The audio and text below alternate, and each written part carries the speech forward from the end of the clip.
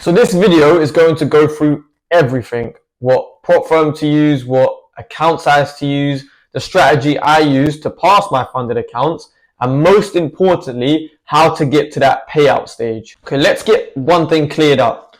Prop firms want you to fail.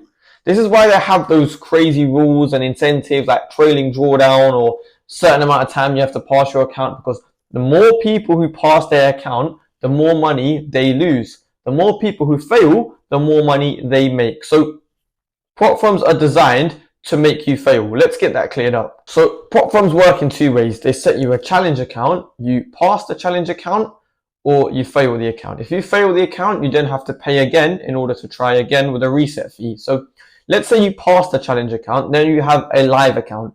The thing is, a lot of these prop firms, the live account still is a demo account. It's still demo money. But the difference is now you can keep a percentage of that profit that you make on that demo account. So you may ask, wait, if this is a demo account and they're going to pay me the profit I make on that, where's that money coming from? Simple. I think the odds are only like 2% of people reach a payout.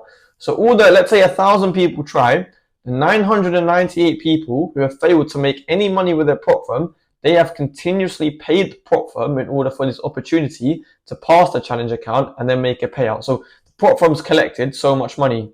Now you are that one person out of that 1,000 that has successfully taken out a payout. So all that pool of money they've created from those 998 people, they're going to use some of that to pay you out.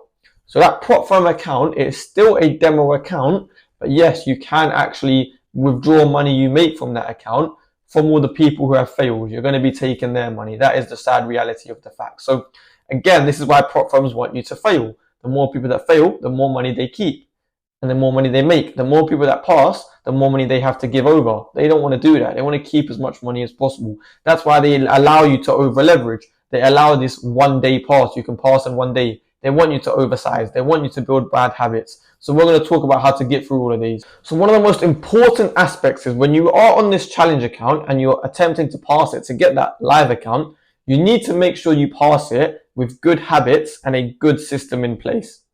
Because if you pass it by YOLOing or oversizing, over leverage, as soon as you get that live account, you're not going to reach that payout. So the most important aspect is you need to build good habits and a good system right from the start, right from the challenge account, that you can just transfer straight over when you do get that live account, so you actually can reach a payout. So when you do trade these funded accounts, should you trade aggressively or should you trade conservatively? Well, a lot of this depends on the prop firm account's rules. So quite a few of them have a trailing drawdown. So this means you get tracked on your unrealized gains. So if this is the scenario, I like to trade a bit more aggressively and I like to pass as soon as possible, because it's a scenario where the longer you have that account open with that trailing drawdown, the more likely it is going to catch up to you and it is going to blow your account, even if you are trading wonderfully. So if I do have that trading drawdown, I like to trade a bit more aggressively just so I can get out of that, and then I can trade a lot more easily. I can trade a little bit more conservatively. But with that trailing drawdown, it does again make it a lot. So now we've passed the challenge account and we have a live account. What do? You see 70% of people who get a live account blow it within the first 2 weeks without ever reaching a payout. Why? Why is this? Because I think they are filled with emotions, right? As soon as that live account hits, they see those big numbers on the screen, they get filled with greed and they're trying to reach that payout super quickly. What does that mean? No good habits, filled with bad habits, blown account. That's exactly what we don't want to do. So we need to get comfortable from trading from a demo account or a challenge account or a tiny small personal account to now a big funded account where you're seeing 100K, 250K. We need to get comfortable seeing those big numbers on the screen. We need to treat it as if it was only $5 or $10. How do we do this? Well, first of all, we're all human. We're all bound to have some sort of emotion. That's fine. That's natural. I'm not expecting you just to come completely emotionless.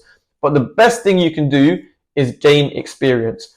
When you have experience of seeing the same thing over and over again, you become a bit like a robot. You become numb to it. It's, oh, I made £500 today.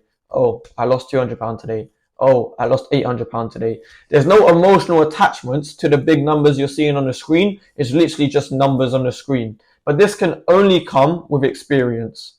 So just keep at it and keep doing it until you slightly become more and more robotic with it. When I do pass a challenge account as well, and I have a live account, a big thing I like to do is trade conservatively. I like to limit risk, because when you do have a max drawdown, for example, by trading conservatively, once you win one or two trades, you build yourself a bit of a buffer, and that is great, because now the next trade is not a make or break. You can literally follow your system. You want to have that experience where you fully trust your system, regardless if it's a win or a loss. As long as you followed your rules, that's all that matters. And now by taking it conservatively, you can build yourself a bit of a buffer. What is that going to help? That's going to help your psychology incredibly. And now you can continue to trust your system and continue to build on those good habits. Prop firms are genuinely amazing, because you can actually scale yourself to that 10K a month and use that to live the life you want. And your only risk is the prop firm's fees. So this is great. But with anything in life, you can't focus on that. You have to focus on the process. For example, let's say I went to the gym and I wanted to get bigger biceps, right? If I go to the gym and I do 10 bicep curls, if I wake up the next day, I'm not gonna have bigger arms. No, you need to do 10 bicep curls every day for the next 2 months, and then you'll finally hit your goal. So it's the same thing with trading, right? With anything in life, you have to focus on the process. Don't just focus strictly on the out goal. Exact same with trading. If you focus on the process, and by that I mean building good habits to the point where win or lose, your psychology is not effective, and you're not doing anything you shouldn't. You're not over leveraging, over trading, oversizing, trying to pass in one day just because of these prop firm rules. Then you will be that 1% that passes a funded account and reaches a payout. So it's all about building good habits right from the base and continuing on those good habits until you reach the payout stage.